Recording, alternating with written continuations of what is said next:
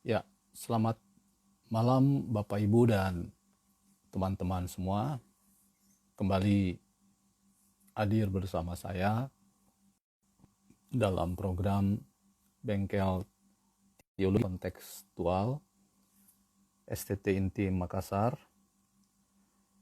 Malam ini saya akan bersama dengan partner saya yang juga dosen di STT Inti Makassar, Ibu Pendeta Melin Tetelepta Tapahing. Beliau sehari-hari adalah dosen di STT Intim dan bidang kajian beliau adalah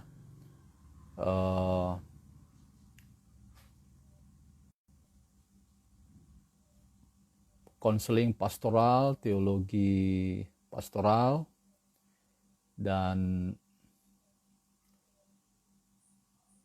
saat ini beliau adalah ketua program studi ilmu teologi di STT Inti Makassar, dan beliau sekarang sedang sedang menempuh pendidikan S3. Saya masih mencari hubungan dengan Pendeta Melin dan kelihatannya sudah bisa terhubung. Selamat malam, Bu Pendeta. Selamat malam Bapak Pendeta. Selamat malam semua. Ya, apa kabar? Ya, ini lagi Sehatkah? baik, sehat. Syukurlah. Oke. Gimana terong-terong dan sayur-sayur? Tadi sore masih sempat berkebun-kebun dulu. Oh gitu ya. Tanam Iya. apa sekarang? Kangkung, cabai, tomat biasa. Sudah Begitu ya. pare udah kali panen sama tomat. Iya, oh Lumayan lah syukurlah. buat Ya, di beberapa hari di dapur. di rumah, di dapur ya. Baik. Iya. Ya, baik. Suara saya jelas kan, Bapak Pendeta? Ya, jelas sekali. Baik. Eh, sudah bergabung dengan kita ada beberapa teman selain mahasiswa kita. Saya lihat ada Pendeta Ella juga ya. Saya lihat itu ada Pendeta Lydia Tanjirerung, anak ibu toh. Ya, anak saya itu. Ya, dan lain-lain juga banyak. Dan nanti Oke, pasti dalam waktu berjalan mereka akan bergabung dengan kita. Baik, baik. malam ini Ibu Bapak dan teman-teman, saya hadir kembali dalam program Bengkel Teologi Kontekstual STT Inti Makassar dalam kita mengisi masa-masa work from home, bekerja dari rumah, belajar dari rumah, dan ibadah di rumah seperti anjuran dari pemerintah. Dan saya sudah hadir dalam bengkel teologi kontekstual dengan beberapa teman dosen di STT Inti Makassar, dan malam ini saya bersama dengan Ibu Pendeta Melin. Bu Pendeta Melin ini sekarang sedang menempuh pendidikan S3. Kita doakan supaya cepat selesai. Amin. Untuk mengisi kembali kegairahan berteologi kontekstual, khususnya di bidang yang Bu Pendeta geluti, pastoral, konseling pastoral yang selama ini sudah melekat dalam diri Ibu Pendeta Melin Tapahing. Nah, Iya. Ibu Pendeta juga ketua program studi pastoral di kampus kita, dan Teologi, ya, bukan oh pastoral. iya, saya ralat. Jadi ketua program ilmu teologi ya, ketua Ya. program studi teologi, dan kita punya satu lagi program pendidikan agama Kristen. Ya. Dan ya, dan Ibu Pendeta juga menjadi pendeta jemaat di GPIB Bukit Zaitun Makassar. Tetapi catatan yang pertama tadi bahwa Ibu Pendeta adalah sedang studi S3 itu memberikan satu gairah tersendiri buat kita bahwa Bu Pendeta tetap berusaha untuk meningkatkan diri dan kita berdoa supaya cepat selesai. Baik, Amin. Tema kita malam ini, Ibu Bapak, bergabung juga dengan kita ada Pendeta Yance Tonapa di Mataram Lombok sudah masuk. Waduh. Halo Pak Pen John dan Kak Melin, kandidat doktor. Wah, ya terima kasih Pak Pendeta Yance. Ya. Oh, ini sudah baku-baku ini nih, komen dengan Pendeta Lydia. Oke. Ya. Nah, malam ini Ibu Bapak dan teman-teman, tema kita adalah konseling pastoral dan COVID-19. Jadi bagaimana kita melihat peristiwa pandemi COVID-19 ini dalam telaah konseling pastoral yang menjadi bidang yang digeluti Ibu Pendeta Melin. Nah, saya tidak akan membuang waktu, saya mempersilakan Ibu Pendeta 30 menit, 40 menit untuk silakan berbagi informasi dengan kami, dengan kita semua. Dan nanti 1 jam itu Instagram akan putus, nanti kita masuk sesi yang kedua. Bu Pendeta gitu ya, untuk merespon tanya jawab dari beberapa teman yang akan bergabung dan memberikan komentar dan jawaban pertanyaan. Baik, saya mempersilakan Bu Pendeta untuk mulai memberikan informasinya buat kami, silakan. Baik, selamat malam semua Bapak Ibu dan teman-teman. Saat ini memang Sekolah Tinggi Teologi Indonesia bagian Timur sedang lagi bersemangat ya Bapak Pendeta, lagi bersemangat untuk bengkel teologi kontekstualnya dalam situasi dan kondisi seperti saat ini. Nah, saya juga tidak akan berpanjang lebar karena ini bukan kuliah Bapak Pendeta atau teman-teman sekalian. Pastinya saya langsung aja ke poin yang menjadi percakapan kita, yaitu tugas konseling. Boleh enggak saya hilangkan pastoralnya? Oke, boleh.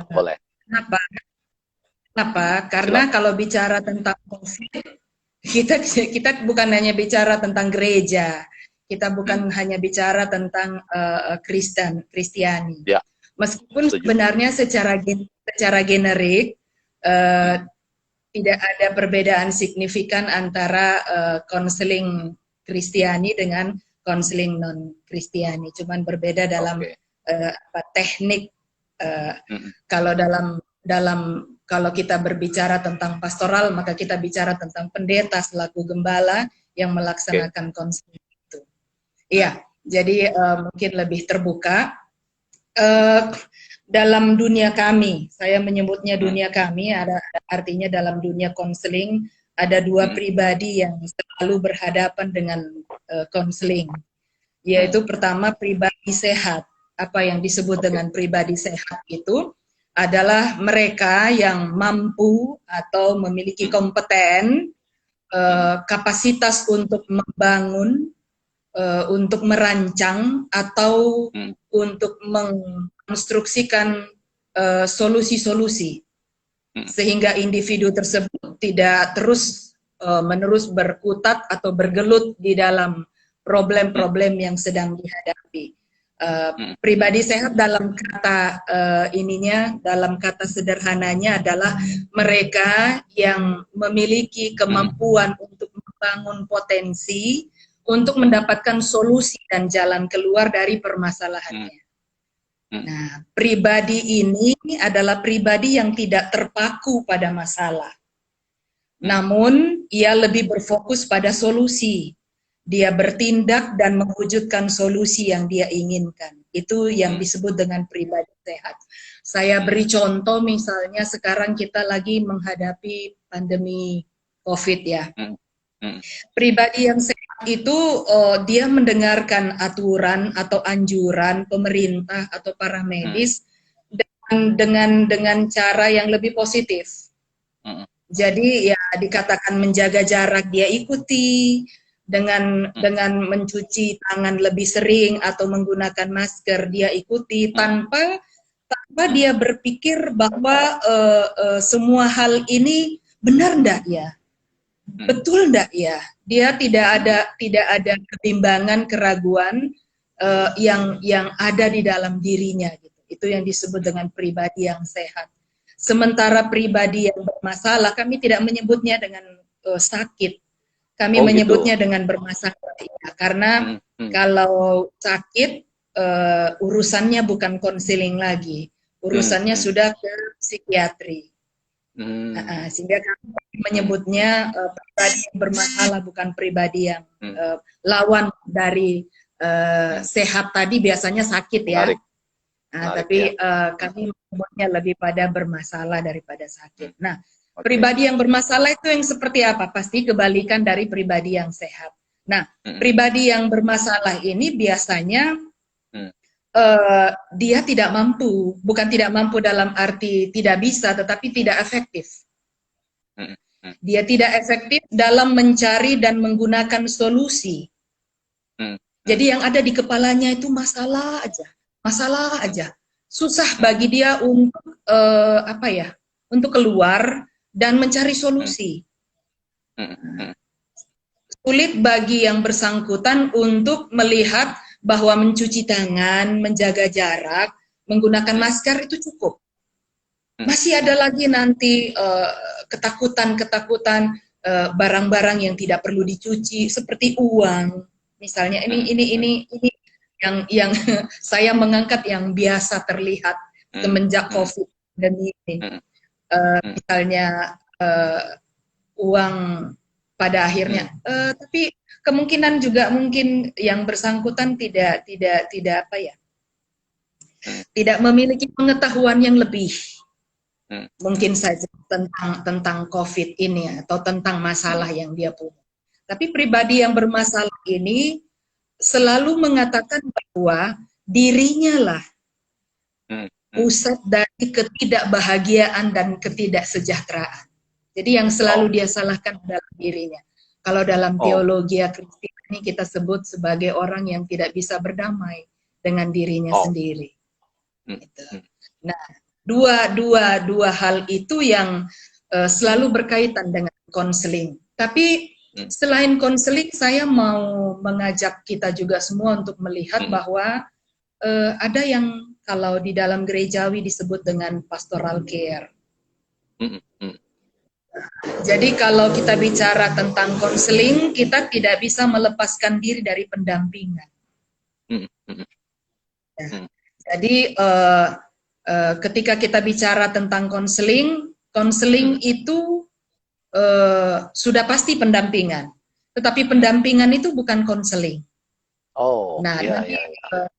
Nanti sebentar saya jelaskan poin-poin yang signifikan yang membedakan antara pendampingan dengan konseling. Nah, yang kita tahu makna umum dari kata pendampingan itu mudah kita terkaya.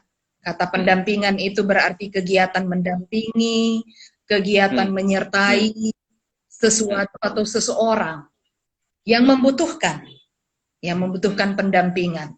Dalam pengertian umum, kata pendampingan ini sebenarnya tidak istimewa. Karena hanya mendampingi tok gitu. Hanya ya kegiatannya itu menyertai seseorang. Tapi sebenarnya kata pendampingan ini umumnya kita bisa kaitkan dengan saya sudah menyebutnya tadi dengan pastoral care kalau dalam gereja, tapi kalau bahasa Inggris care yang berarti asuhan, perawatan, penjagaan dan perhatian penuh. Jadi dia lebih mendapatkan makna daripada sekedar menyertai.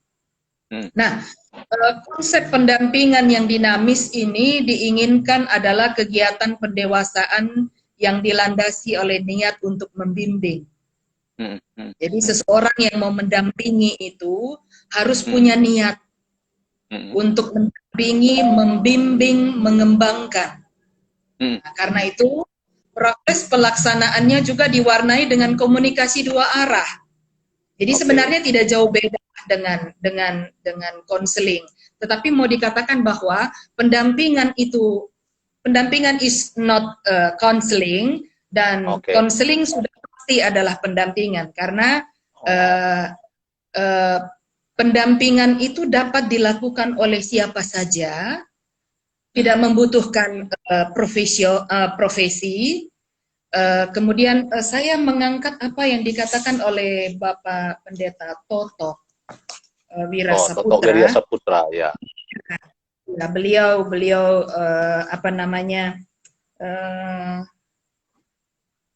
punya konsen tentang konseling ini luar biasa, dan mendirikan AKPI, Asosiasi Konseling Pastoral Indonesia, dan secara berkesinambungan mengadakan pembelajaran atau pelatihan bagi profesi konseling.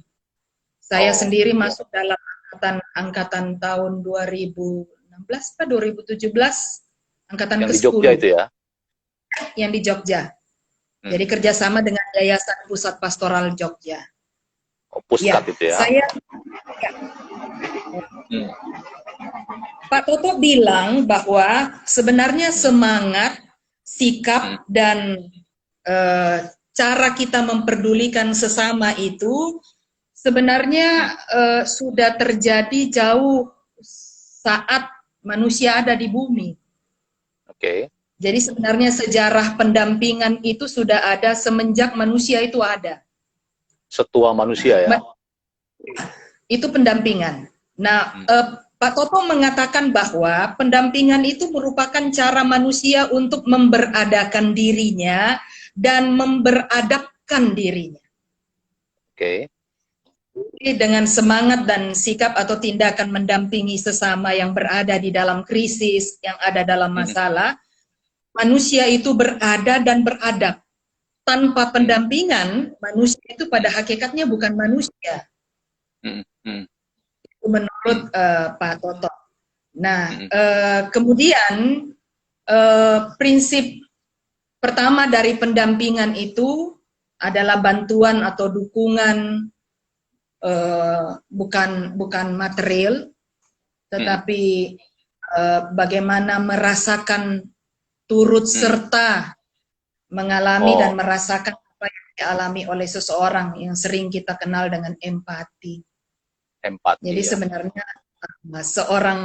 seorang yang mau mendampingi, punya niat dan keinginan membimbing, dan punya empati. Nah, kemudian itu prinsip pertama, bahwa prinsip pertama itu pendampingan itu haruslah berfungsi membantu. Berfungsi membantu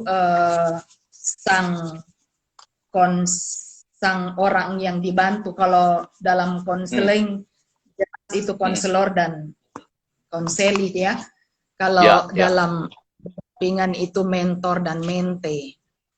Nah, kemudian prinsip yang kedua dari pendampingan, bahwa pendampingan itu tidak boleh mencandu. Pendampingan tidak boleh melenakan. Tidak boleh menimbulkan ketergantungan. Pendampingan itu akan terlihat baik, akan dihitung sebagai suatu pendampingan yang baik, dinilai kalau memampukan orang yang dibinanya untuk mencapai suatu jalan keluar. Jadi sama saja sebenarnya dengan konseling. Nah, prinsip yang ketiga, pendampingan itu membebaskan dan memberdayakan. Menarik. Jadi pendampingan itu memiliki satu prinsip yang memberdayakan orang, bukan melenakan itu tadi, bukan akhirnya orang jadi tergantung kepada kita untuk kita yang menyelesaikan masalahnya, tetapi justru pendamping ini adalah orang yang bersedia membimbing seseorang yang berada dalam krisis atau masalah, dan memampukan orang tersebut untuk mengeksekusi persoalannya sendiri. Baik. Itu prinsip ketiga. Prinsip yang keempat, dalam niat proses pelaksanaannya, pendampingan harus mengutamakan kesejahteraan dari si mente. orang yang didampingi. Kesejahteraannya yang lebih diutamakan. Terkadang kan kita tertarik ya. Terkadang kita tertarik untuk kalau ada seseorang datang kepada kita lalu menceritakan masalahnya, kita seringkali tergoda untuk mengatakan saya gitu ya. Pengalaman saya dulu begini, pengalaman saya begini gitu. Sebenarnya justru itu tidak memberdayakan yang bersangkutan. Itu prinsip pendampingan. Nah, saya mengangkat apa yang disebut oleh Howard Kleinebel. Howard bilang ada 5 fungsi dalam pendampingan sepanjang abad kehidupan manusia. Kita kenal dengan healing, menyembuhkan, kita kenal dengan mendukung, sustaining, kita mengenal dengan membimbing, guiding, memulihkan, reconciling, dan memelihara atau mengasuh. Kelima-limanya ini adalah suatu cara menolong atau membantu seseorang yang berada dalam masalah untuk mengatasi suatu kejadian yang terjadi dalam kehidupannya. Nah, kelima bagian ini biasanya sih tidak harus secara bertahap dia terjadi, tetapi dia bisa tergantung dari kondisi si orang yang kita dampingi. Nah, itu tentang pendampingan. Nah, pendampingan itu misalnya kita bisa melihat dia dapat dilakukan oleh siapa saja. Tadi saya katakan pendampingan dapat dilakukan di mana saja. Pendampingan dapat dilakukan waktu kapan saja. Berbeda dengan konseling. Nah, apa namanya? Untuk kita bisa melihat hakikat yang lebih jelas mengenai konseling, kita bisa melihat sebenarnya untuk mengangkat terlalu banyak definisi, saya agak mengurangi ya, supaya tidak terlalu waktunya habis di situ saja. Saya cuma mau melihat bahwa hakikat dari konseling itu adalah membimbing, mengarahkan seseorang yang mengalami kesulitan. Nah, beda, maaf.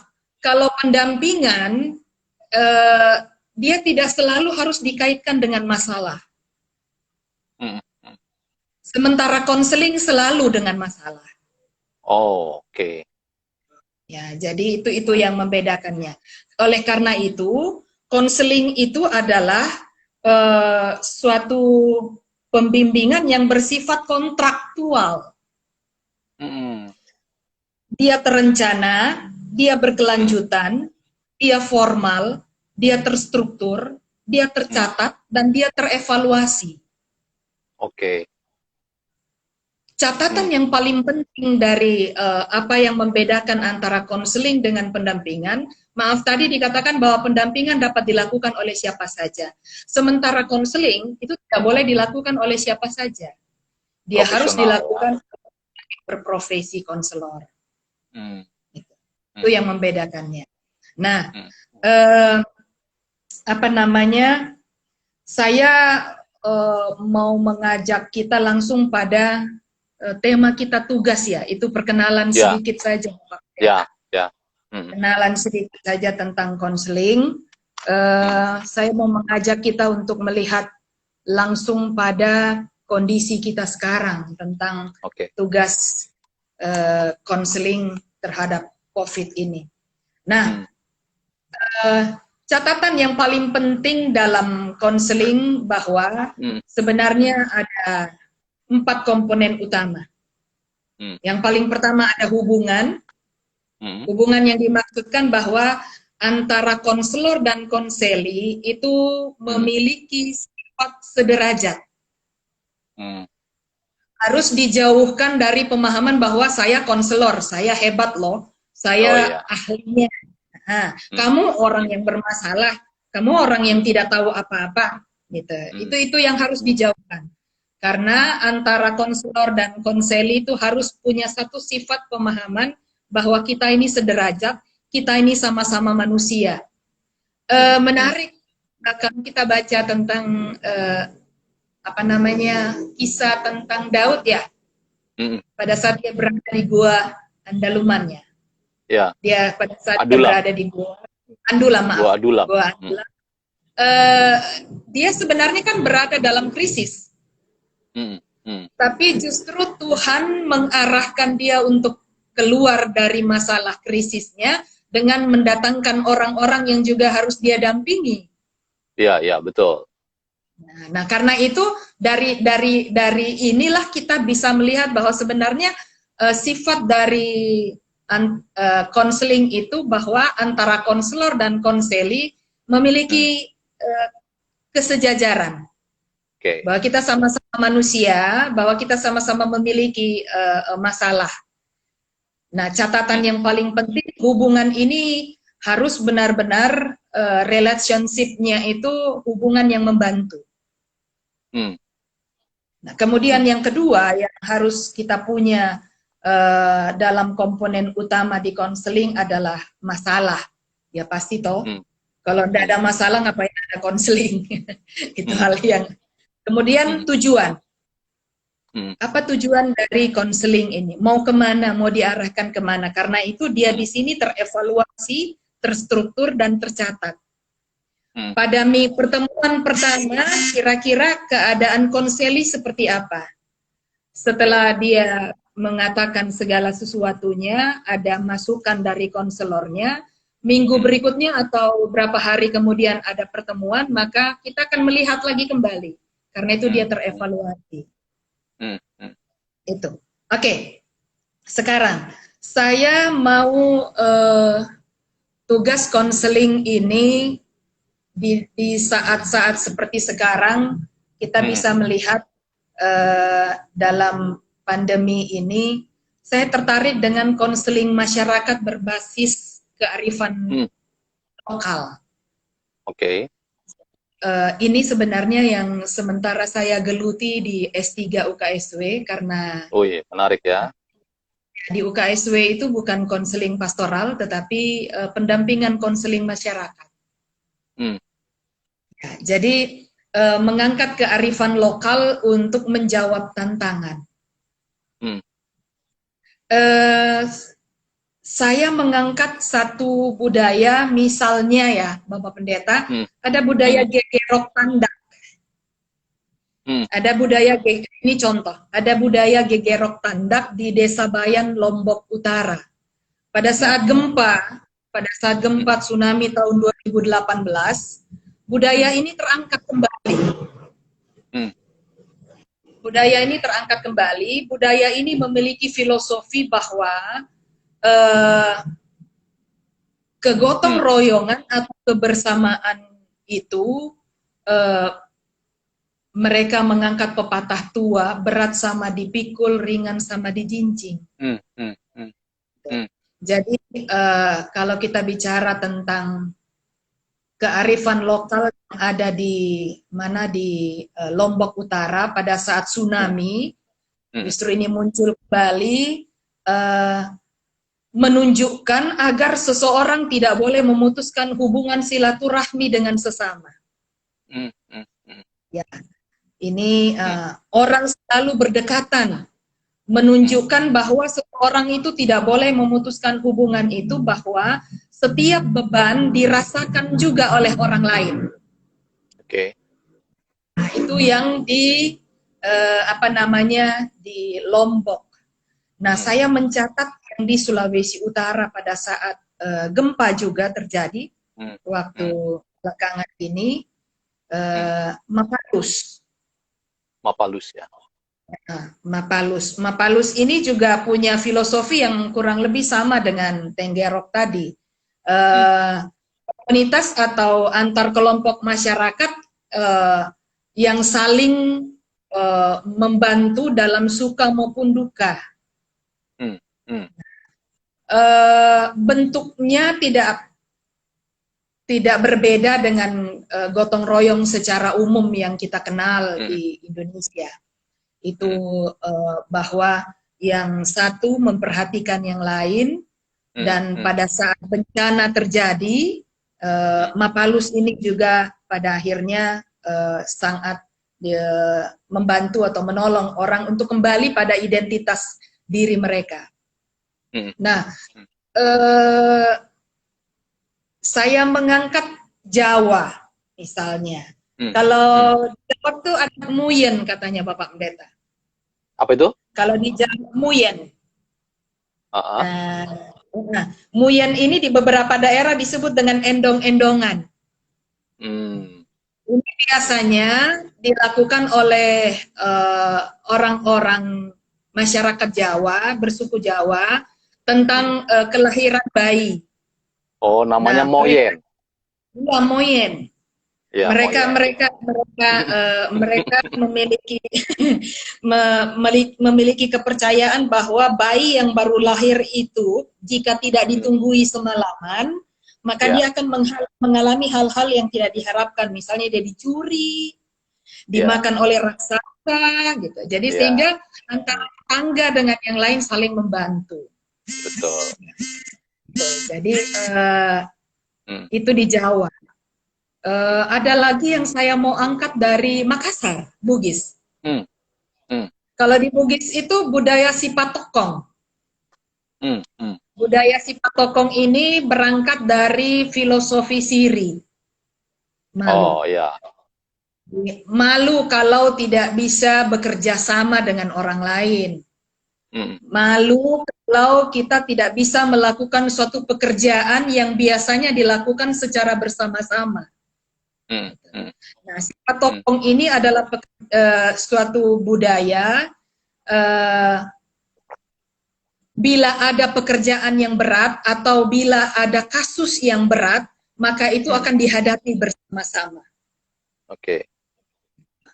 Nah, yang terakhir saya angkat dari Maluku.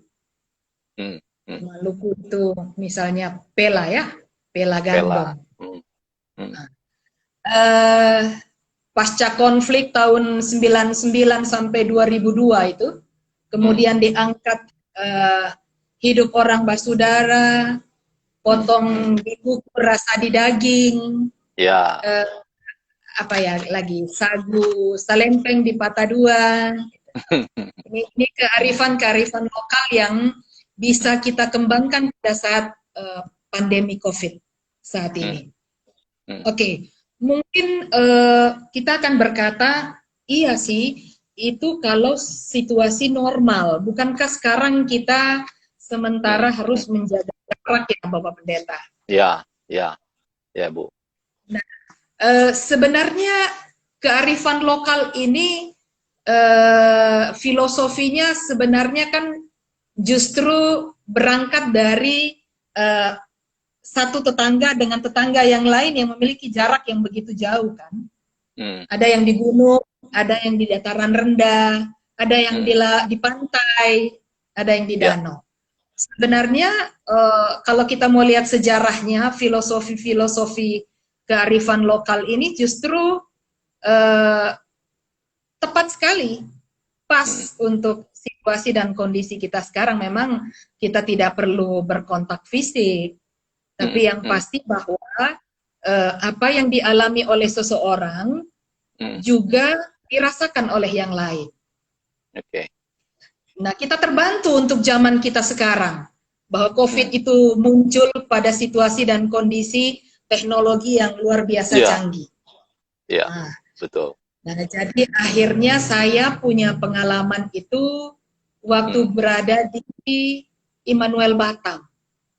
Ketika jadi jemaat di sana, Bapak Pendeta pernah enggak memperhatikan atau teman-teman yang lain? Saya vikaris di sana. Oh, saya pendeta jemaat di sana. 2006 sampai 2009. Kebetulan saya dengan Bapak Pendeta Teddy Masinambo. Pendeta Kelly. Kami bertanya sebenarnya, mengapa sih orang, saya menyebutnya bukan jemaat, tetapi orang-orang atau sesama kita, kalau bicara tentang konseling itu, biasanya malu atau takut. Bapak Pendeta perhatikan enggak, atau teman-teman kita yang sementara ikut sekarang dengan percakapan kita malam hari ini, Kira-kira dalam 1 minggu atau 1 bulan ada berapa orang yang datang ke ruang konseling pastoral kita? Hampir tidak ada. Karena biasanya yang ada dalam pikiran mereka malu. Betul. Malu dan takut. Malu kalau misalnya datang ke situ, dia punya masalah ya? Ada apa ya? Atau takut itu takut nanti masalah yang saya ceritakan tiba-tiba dijadikan masalah seputar gereja. Gitu. Ya, mereka lebih enggak mau datang dan lebih menutup diri. Sehingga yang namanya perkunjungan, kalau dalam gereja kita tahu pendampingan itu terdiri dari 4, yaitu perkunjungan keluarga, khotbah, diakonia, dan liturgi. Dari 4 hal ini dipakai untuk pendampingan secara umum. Nah, khusus untuk konseling, orang selalu mengatakan konseling itu masalah. Nah, sehingga saya juga setelah saya selesai ikut profesi konseling, saya juga sudah memberikan sertifikat itu ke gereja pun ikut KMJ sudah memberi jadwal tiap hari Selasa dan Kamis untuk ini, tidak ada juga yang datang. Jadi pertanyaan saya dengan Bapak Pendeta Teddy waktu itu, kenapa ya? Nah, akhirnya kami menemukan itu, 2 hal itu, malu dan takut. Nah, akhirnya kami membuka 2 pesawat telepon untuk waktu itu kami sebut dengan pastoral online. Nah, kemudian itu dijadikan skripsi oleh Pendeta Junita Ulaan. Beliau berpenelitian di sana di Immanuel Batam. Nah, tanpa kami sangka bahwa pada akhirnya luar biasa tanggapan. Bahkan bukan cuma jemaat. Ada yang di luar dari jemaat. Non-Kristen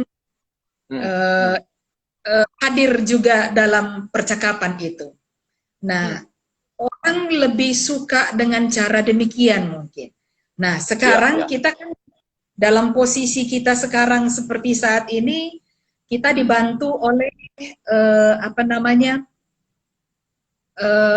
teknologi yang canggih, sehingga kita bisa berkontribusi dengan maksimal dan kita lebih diberdayakan.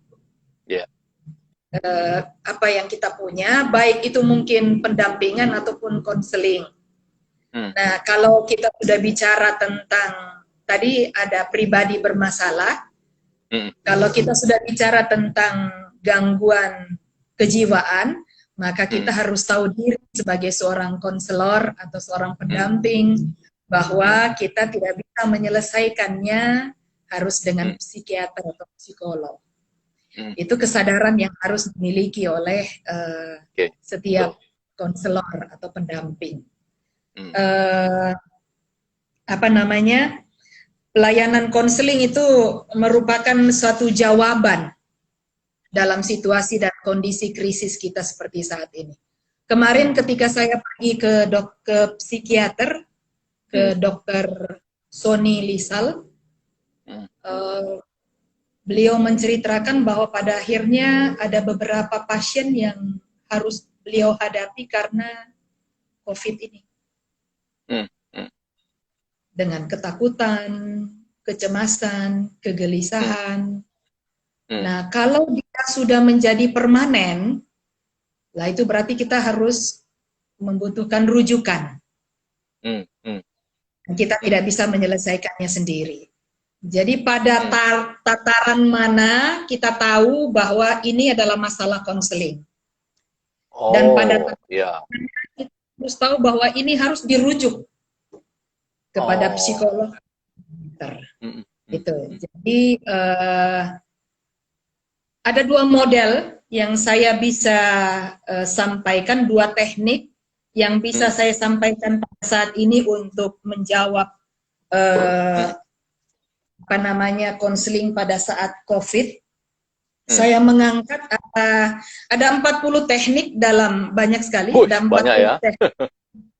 Ada 40 teknik dalam konseling terbagi dalam 9 bagian. Saya mengangkat dua saja yang sesuai dengan kondisi kita sekarang, yaitu scaling. Nah, kalau scaling itu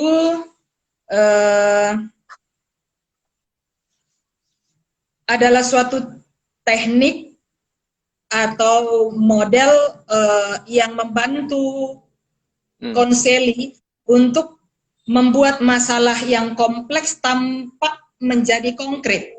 Biasanya kan kalau orang dalam keadaan cemas, gelisah, takut, krisis, itu kan apa ya?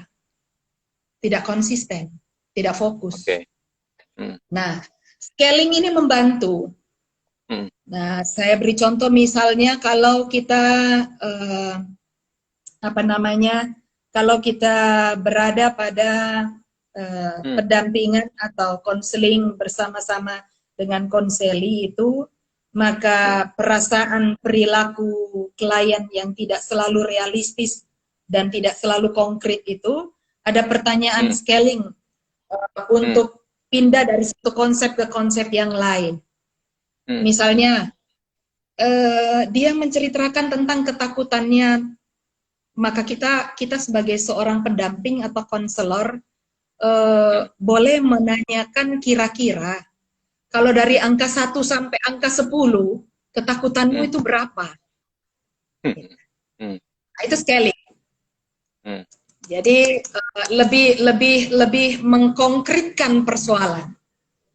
Nah, ini sebenarnya dimulai oleh De Seyser. De Seyser bilang tidak penting akar masalahnya, yang penting adalah solusinya. Jadi dalam situasi yang genting seperti saat sekarang ini, menurut De Seyser, tidak perlu akar masalahnya apa, karena sudah jelas akar masalahnya ketakutan, kecemasan pada virus.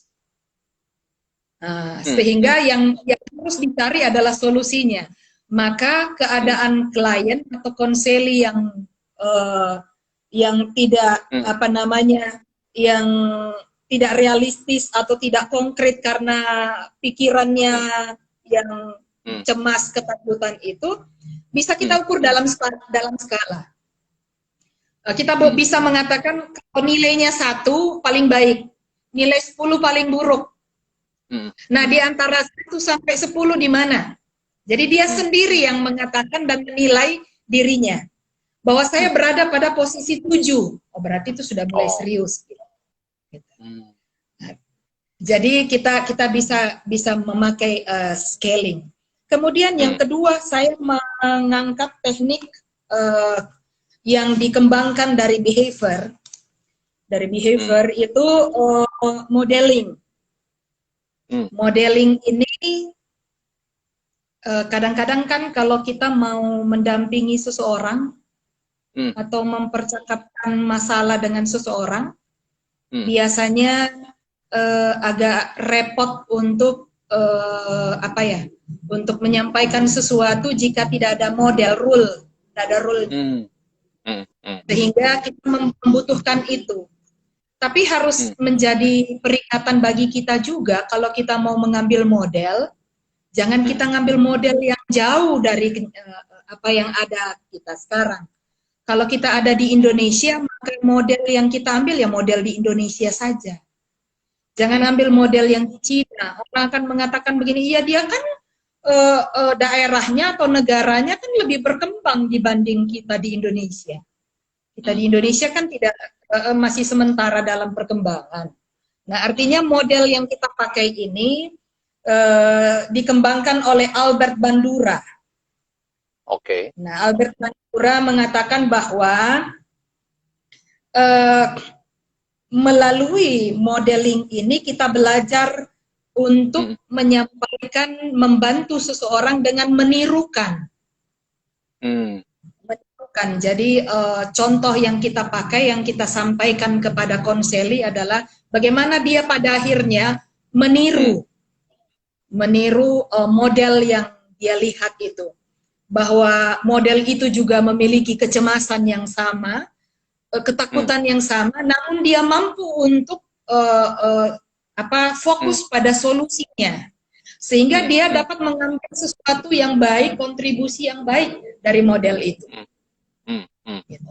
Jadi dua model itu yang mungkin bisa sekarang, selain model dengan kita bisa lewat pastoral konseling online itu tadi, 3 poin itu yang mungkin pada saat ini bisa kita sampaikan untuk menjawab kondisi kita sekarang pada saat COVID.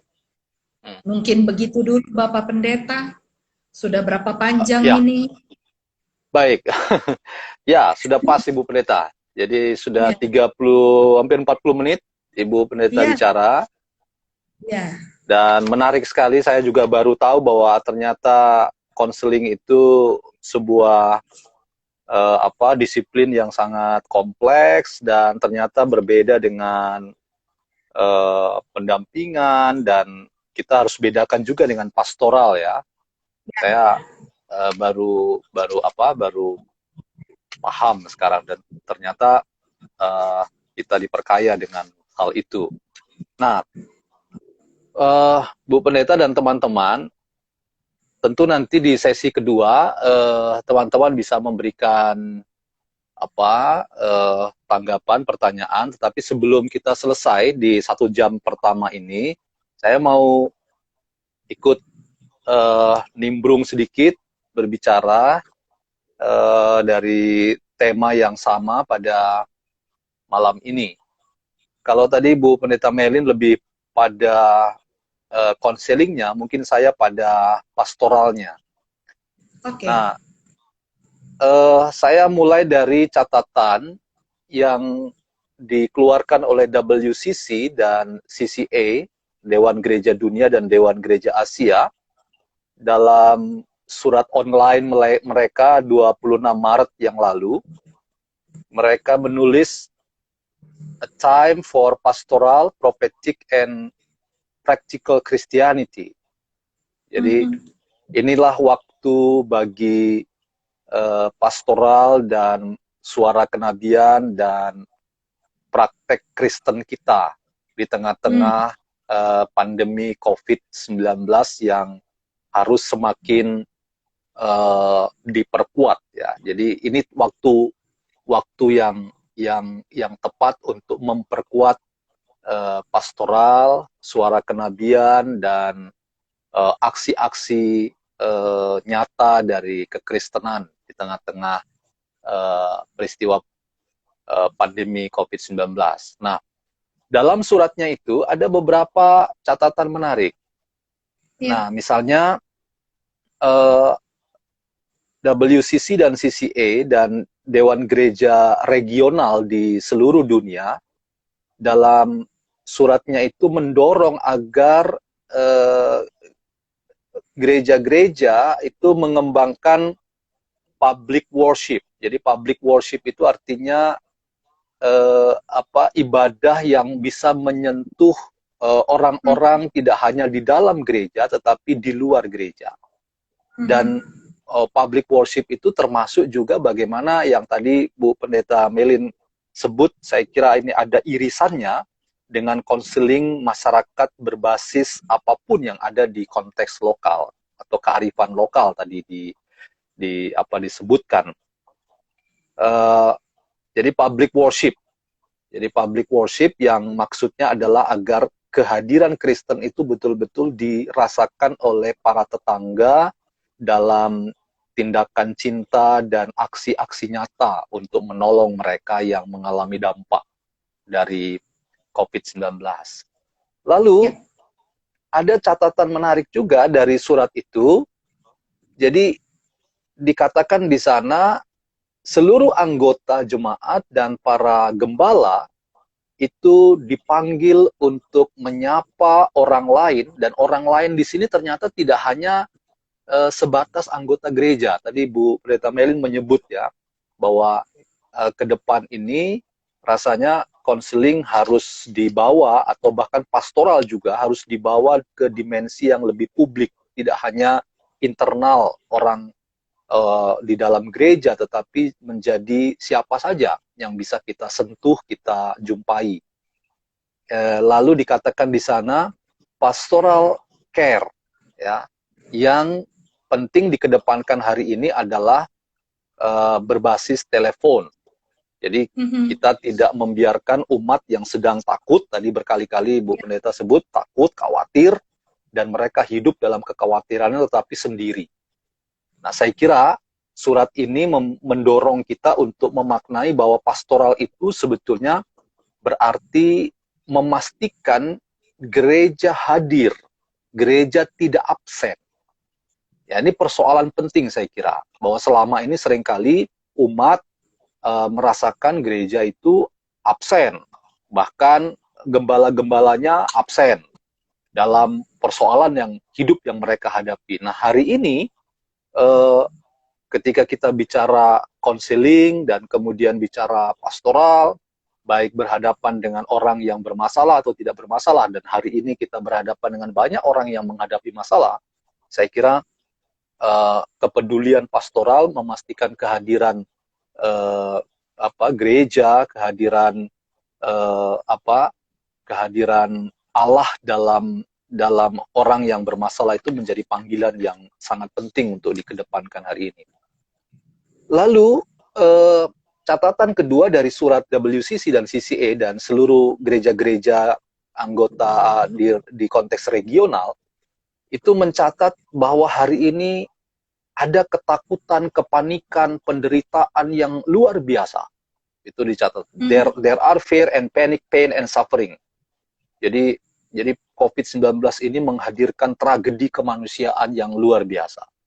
Dan karena itu, dikatakan dalam suratnya, kita harus makin memperkuat apa yang namanya cinta, love, solidaritas, solidarity and sharing of hope and peace. Jadi cinta, solidaritas dan berbagi pengharapan, ya, berbagi pengharapan, berbagi hal-hal yang bisa menggugah orang untuk tetap melihat bahwa Allah itu adalah Allah kehidupan, bukan Allah kematian. Nah, bukankah tema Allah itu Allah kehidupan itu saya kira tema gereja-gereja dunia, bahwa Allah itu Allah kehidupan dan karena itu tetap ingin menghadirkan kebaikan bagi kita semua. Dan siapa yang menjadi kepanjangan tangan Allah? Ya kita semua. Untuk menyapa umat kita sendiri atau orang-orang yang terdampak, tidak hanya warga gereja tetapi yang bersifat lintas iman juga.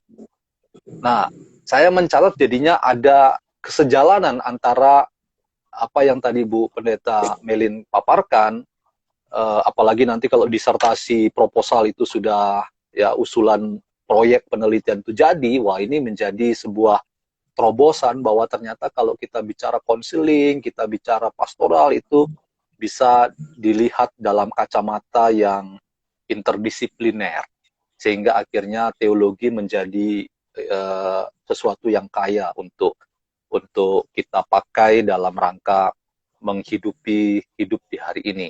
Nah, saya mencatat satu lagi, Bu Pendeta, sebelum kita akhiri sesi pertama, bahwa memang kalau catatan misalnya yang diberikan oleh Joy Holland dan Peter Hendriot dalam bukunya Social Analysis itu, atau yang sudah diterjemahkan juga oleh Canisius, itu memang dia menggunakan kata pastoral, lengkapnya lingkaran pastoral, atau pastoral itu sendiri, itu tidak dalam pengertian tradisional konvensional dulu. Pastoral berarti kunjungan terhadap orang sakit atau menguatkan orang-orang yang sedang menghadapi masalah. Tetapi ternyata kata pastoral itu sendiri sebetulnya sebuah istilah yang bisa dipakai untuk program-program bagi pelayanan sosial. Dia nyebutnya the term pastoral is widely used in formation programs for social ministry. Jadi program-program sosial, termasuk di dalamnya keadilan, perdamaian, pendidikan sosial, social teaching of the church, ya, pendidikan sosial gereja, termasuk juga pembaharuan spiritual, termasuk juga pelayanan pastoral seperti yang tadi disinggung, bahkan juga ternyata menyentuh ekologi.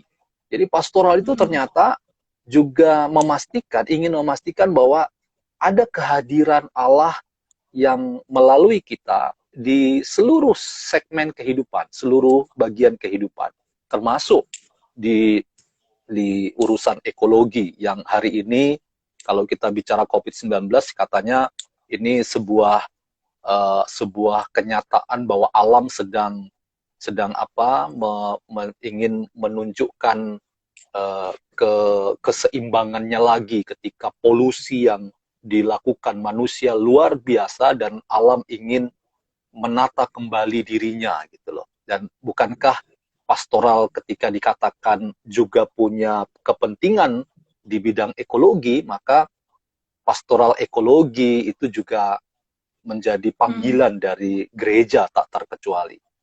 Nah, yang terakhir Bu Pendeta, saya ingin mencatat satu tantangan yang kita perlu sadari bahwa ketika kita bicara konseling, berhadapan dengan orang yang bermasalah, dan bicara pastoral, memastikan kehadiran gereja di tengah-tengah tantangan hidup umat atau orang-orang di luar gereja, maka kita bertanya, Allah itu digambarkan seperti apa sih?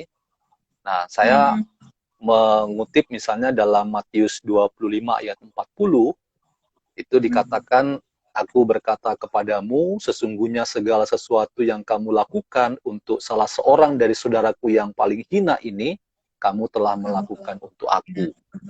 Nah, saya kira ini juga menjadi praksis pastoral atau bagaimana usaha kita menggambarkan Allah itu seperti apa di tengah-tengah pandemi COVID-19 yang kita hidupi hari ini. Bahwa ternyata kalau kita bicara Allah, Allah tidak hanya digambarkan sebagai yang selalu menolong manusia. Selama ini kan kita punya gambaran bahwa Allah itu Maha Penolong. Tapi mungkin hari ini kita bisa menggeser atau membuat alternatif lain. Bahwa Allah itu ternyata Allah yang ditolong ketika kita melakukan apapun kebaikan bagi orang yang bermasalah. Orang yang bermasalah. Karena dialah sebetulnya representasi dari Yesus. Dialah representasi wajah Allah itu sendiri. Dan terakhir, ketika kita bicara tentang COVID-19 ditelaah secara konseling dan pastoral, saya kira memang kita juga bicara apa yang menjadi gambaran kita tentang misiologi atau panggilan kita. Saya menyebut misalnya dalam Yohanes 20 ayat 17 yang kita sedang bicarakan ketika masa-masa kenaikan Yesus. Di sana dikatakan satu cerita bahwa Yesus berjumpa dengan Maria Magdalena, tetapi dia berkata, jangan sentuh aku. Don't touch me. Touch me not, katanya. Kalau jadi jangan sentuh aku. Lalu ada seorang penafsir yang menafsirkan kenapa Yesus mengatakan jangan sentuh aku.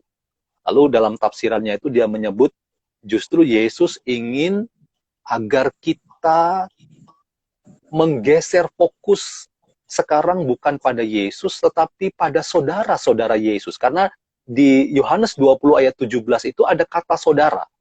Jadi alihkan pandanganmu sekarang bukan padaku, tapi pada saudara-saudaraku.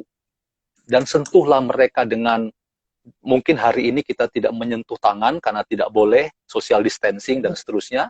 Tetapi kita bisa menyentuh mereka dalam solidaritas, dalam keberpihakan, perhatian, pendampingan, mungkin di telepon, menguatkan mereka, dan seterusnya. Itulah cara kita menyentuh Yesus. Jadi ketika Yesus berkata, don't touch me, berarti kenapa? Ya, kamu sekarang perhatikan saudara-saudaraku yang sedang terpapar kena COVID-19, mereka lah sebetulnya yang harus kamu perhatikan. Dan mereka lah arah konseling, dan mereka lah arah